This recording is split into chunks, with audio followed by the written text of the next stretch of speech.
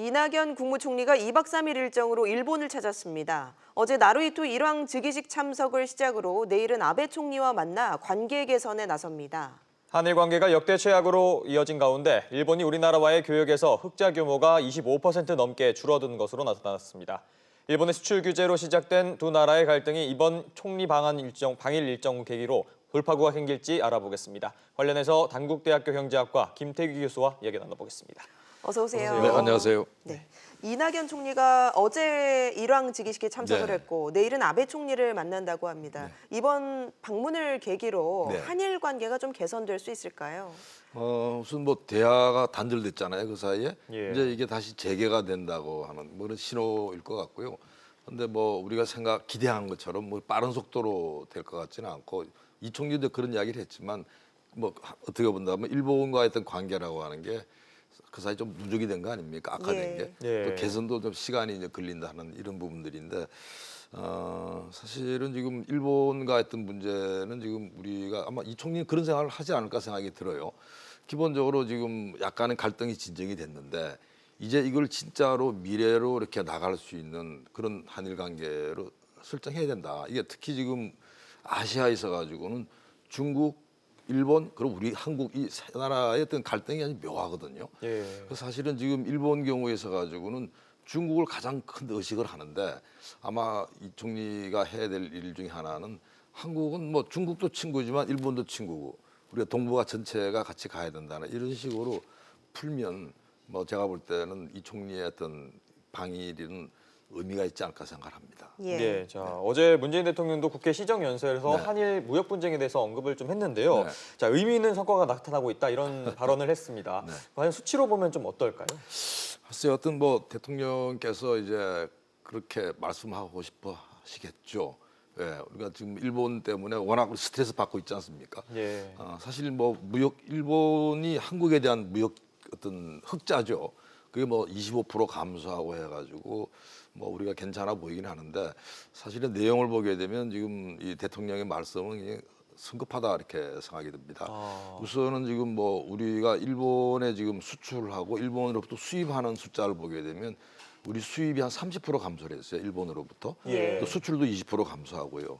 근데 수입 30%의 감소라고 하는 게 내용을 보게 되면 우리가 일본 맥주 안 마셔서 그래. 사실 일본 맥주 액수 얼마 안 되거든요. 네. 진짜 중요한 부분들은 이 제조 장비 이런 부분들이거든요. 예. 이게 고가품 아닙니까? 그렇죠. 이제 그게 뚝 떨어졌다는 이야기는 지금 한국의 특히 경제 중에 제조업 경기가 굉장히 안 좋다는 이야기입니다.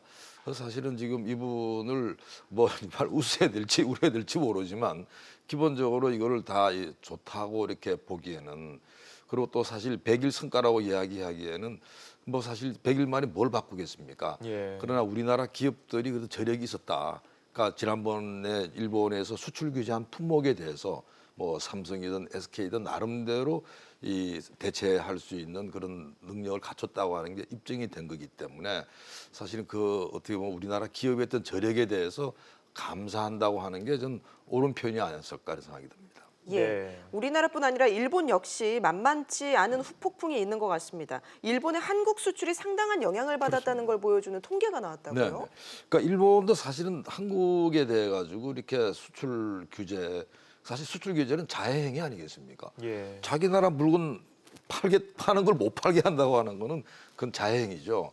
그러니까 얼마나 자기들 어떻게 보면 이제 감수하겠다 뭐 이렇게 했는데 사실은 이제 결과에 대해서 자기들이 얼마나 촉각을 세웠겠습니까? 예. 근데 아니나 다를까 역시 이제 일본이 지금 한국으로 이렇게 수출하는 게 이게 많이 격감했어요. 격감하고 또 일본이 또 한국으로부터 수입하는 것도 이제 격감하고 하는 이런 지금 상황인데 문제는 제가 볼 때는 그게 일본이 어떻게 본다라면 지금 한국에 대해 가지고 이 수출을 못하게 그러니까 예. 핵심 품목에 대해서 그럼 제가 볼 때 그 분위기 때문에 한국으로 일본 수출이 엄청 감소할 거라 생각했어요. 네. 근데 실제로는 그 숫자가 기본적으로 생각보다는 작더라는 겁니다. 예. 그러니까 이야기도 뭐냐 한다라면 한국과 일본의 어떤 그런 관계라고 하는 게 정치권에서 말하듯이 예를 들어 가지고 일본은 한국에 대해 혐한, 그다음에 한국은 일본에 대해서 뭐 반일 이런 이야기잖아요.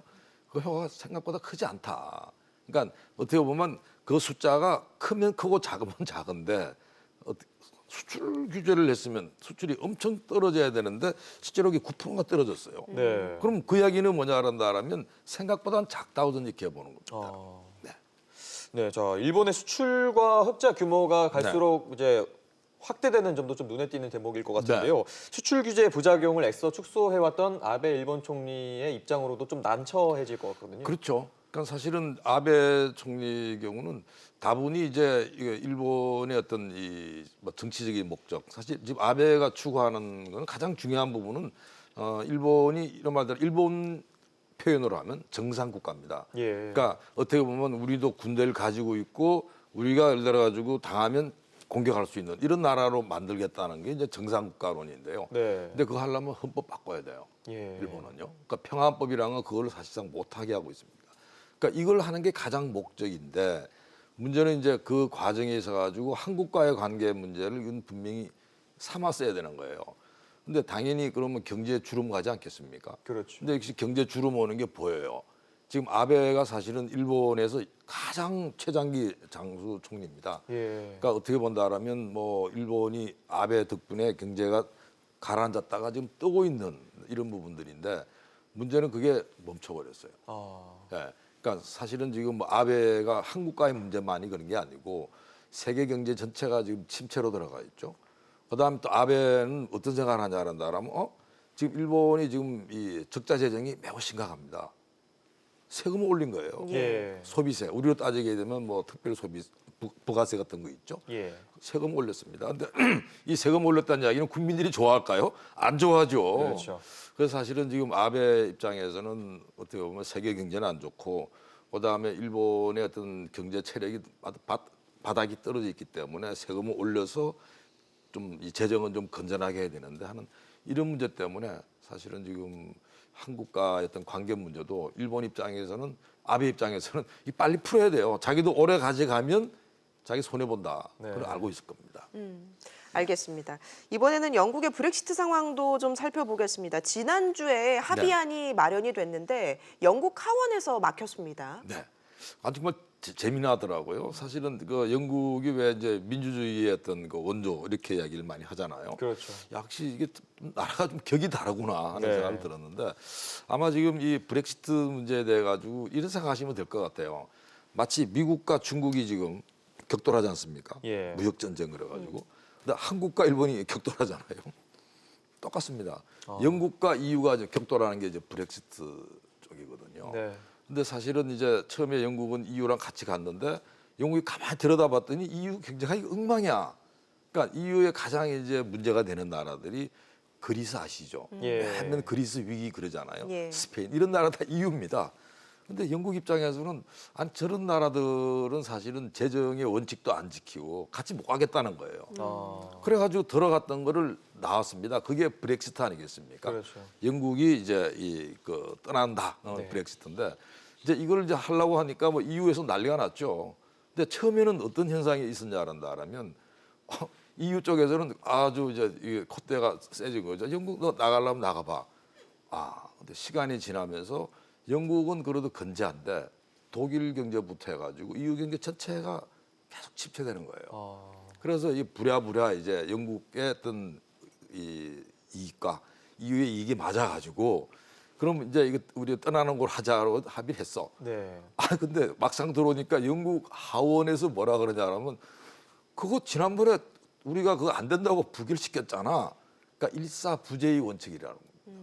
한 회기 중에서 같은 회기 중에서 동일한 안건을 안 다룬다는 겁니다. 예. 그걸 빌미로 해가지고 다름 아닌 하원 의장이 제동 그런 거예요. 하원 의장은 원래 출신이 영국 보수당 쪽이에요. 예. 그러니까 사실은 어떻게 보면 지금 보리스 존슨 영국 총리 입장에서는 한 대 맞은 거죠. 네. 그러니까 사실 지금 이 문제의 경우는 영국 총리도 굉장히 당황하겠지만, 그러니까 독일을 비롯한 EU도 굉장히 당황할 겁니다. 왜? 자기네들이 좀 양보를 해가지고 영국과 합의를 했던 거거든요. 근데 이게 지금 다시 영국 하원에서 사실상 상정도 못했으니까 굉장히 좀 어려운 상황이죠. 네, 자 브렉시트 기한이 이제 앞으로 한 10일 정도, 네. 뭐 이달 말입니다. 10일 정도가 남았는데요. 네. 자 이게 영국 지금 정치권에서는 여야가 극심한 대립을 하고 있는 상황에서 네, 네. 영국 정부는 좀 현재 어떤 입장입니까? 영국 정부는 지금 31일 날이 마감이에요. 31일 넘게 되면 이거는 아무런 이 법의 지배를 안 받기 때문에 네. 어마어마한 혼란이 오는 거죠. 사실은 이제 영국 정부 입장에서는 뭐 살을 걸고 이 문제를 정리하려고 그러지 않겠습니까? 네. 뭐 사실은 지금 영국도 보니까 노동당이랑 이 굉장히 사이가 별로 안 좋은 모양인데 뭐 그럼에도 불구하고 이 문제는 해결될 거라고 봐요.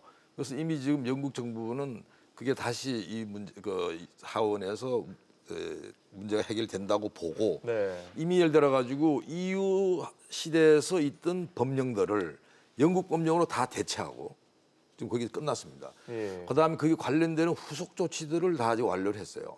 그래서 사실상 제가 볼 때는 지금 이 하원에서 이제 통과만 시키면 되는데 하나 이제 변수는 뭐냐란다 하면 그러니까 영국의 노동당은 끝내 지금 야 EU 떠나지 말자.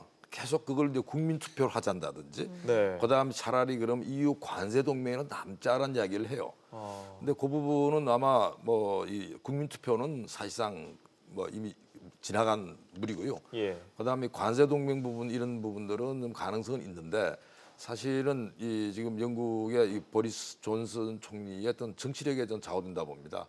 결국은 아마 그분이 하나하나 이렇게 다 설득하게 되면 결국은 원래 이 계획대로 31일 이전에는 다 처리가 되지 않을까 생각합니다. 예. 예. 이 브렉시트 여부에 따라서 영국 파운드화와 유로화 가치에도 변화가 있을 것 같은데 원달러 환율에는 어떤 영향이 있을까요? 근데 중요하죠. 영향을 미치죠. 그러니까 사실은 지금 이 우리 원화 가치나 이런 부분들은 어떻게 보면 이제 다른 나라 돈, 특히 이제 미국이나 그다음에 일본 엔이나 그다음에 EU의 유로화나 영향을 받거든요. 네. 근데 우선 유로화를 이제 보게 되면요. 유로화와 이제 파운드화가 있을 거 아닙니까? 영국은 그렇죠. 파운드하고 EU는 이제 유로화인데요. 예. 그러니까 문제는 막 둘이 막 싸워. 둘 다 굉장히 피해를 봐. 그러면 당연히 파운드화 가치나 유로화 가치나 값어치가 떨어지겠죠. 그렇죠. 뭐 불확실하고 경제가 안 좋은데요. 그러니까 그런 면에 있어 가지고 이번에 이제 제대로만 통과가 되면 브렉시트 안 문제가 예. 통과가 되게 되면 파운드화나 유로화나 가치가 좀 올라갈 거로 이렇게 생각이 들고요. 네. 근데 이제 우리가 지금 주로 이 환율 부분은 달러 연동되지 않습니까? 그렇죠. 그러니까 사실은 그럼 파운드랑 유로화가 인기가 좋다는 이야기는 달러에 대한 수요는 상대적으로 떨어지는 겁니다. 그렇죠? 첫 번째.